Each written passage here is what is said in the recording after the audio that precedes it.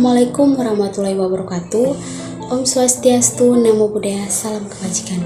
Perkenalkan, nama saya Fitania Guslau, kelas A7 semester 1, Fakultas Keperawatan, Universitas Pembangunan Indonesia Manado. Pada kesempatan ini, saya membuat video tentang sejarah perkembangan bahasa Indonesia, fungsi dan kedudukan bahasa Indonesia, ragam bahasa Indonesia, dan kalimat efektif. Pada mata kuliah Bahasa Indonesia, dosen pengampu Jumlianti Lambayang, SPD, MPD. Sejarah perkembangan bahasa Indonesia. Pada dasarnya bahasa Indonesia berasal dari Melayu pada zaman Sriwijaya. Bahasa Melayu dipakai sebagai bahasa perhubungan antara suku Nusantara dan sebagai bahasa yang digunakan dalam perdagangan antara pedagang dari alam Nusantara dan di luar Nusantara. Bahasa Melayu menyebar ke pelosok Nusantara bersama dengan menyebarnya agama Islam di wilayah Nusantara serta makin berkembang dan bertambah kokoh keberadaannya karena bahasa Melayu mudah diterima oleh masyarakat Nusantara sebagai bahasa perhubungan antara pulau, antara suku pedagang, antara bangsa, dan antara kerajaan-kerajaan. Sumpah Pemuda 28 Oktober 1928. Sejarah tumbuh dan berkembangnya bangsa Indonesia tidak lepas dari bahasa Melayu, di mana bahasa Melayu sejak dulu telah digunakan sebagai bahasa pelantara atau bahasa pergaulan. Hal perkuan dengan ditemukan prasasti-prasasti kuno dari kerajaan-kerajaan Indonesia yang ditulis dengan menggunakan bahasa Melayu.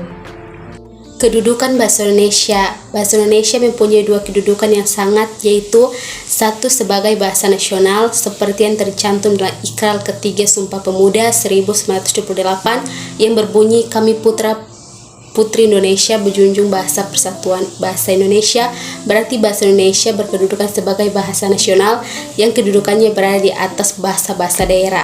Dua, sebagai bahasa negara tercantum dalam UU 1945 Bab 15 Pasal 36 mengenai kedudukan bahasa Indonesia yang menyatakan bahasa Indonesia negara ialah bahasa Indonesia. Fungsi bahasa Indonesia. Di dalam kedudukannya sebagai bahasa nasional, bahasa Indonesia berfungsi sebagai 1. Lambang kebangsaan, 2. Lambang identitas nasional, 3. Alat perhubungan antara warga, antara daerah, dan antara budaya, 4. Alat yang memungkinkan penyatuan sebagai suku bangsa dengan latar belakang sosial, budaya, dan bahasa yang berbeda-beda.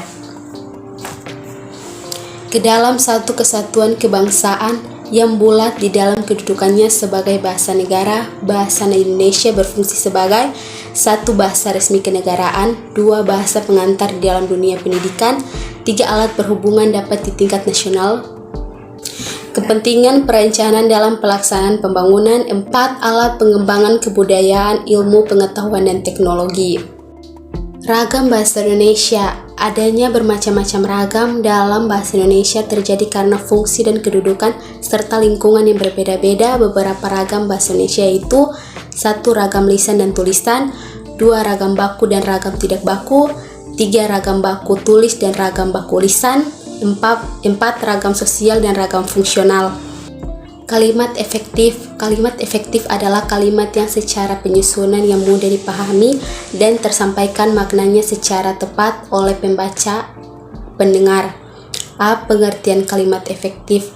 Menurut Kamus Besar Bahasa Indonesia KBBI, kalimat adalah sama bahasa yang secara latif terdiri sendiri, mempunyai pola intonasi, final, dan secara aktual ataupun potensi terdiri atas klausa, sementara efektif dalam KBBI diartikan sebagai adanya efek dalam kurung akibat, pengaruh, atau kesan. Jadi dapat diartikan kalimat efektif adalah kesatuan bahasa yang lengkap dan sesuai kaidah yang dapat mengakibatkan pembaca atau pendengar mudah memahami. B. Ciri-ciri kalimat efektif. 1. Kesatuan dan kepadaan, 2. Kejenjaran, 3. Penekanan, 4. Hemat kata, 5. Variasi struktur.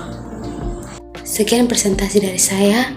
Untuk adik-adik atau teman-teman yang ingin berkuliah atau sedang mencari tempat perkuliahan, gak usah bingung, bergabung bersama kami di Universitas Pembangunan Indonesia Manado, di mana kampus dengan akreditas baik dan suasana belajar yang sangat nyaman serta keharmonisan antara mahasiswa dan dosen dan mendorong mahasiswanya untuk berprestasi dalam bidang pendidikan.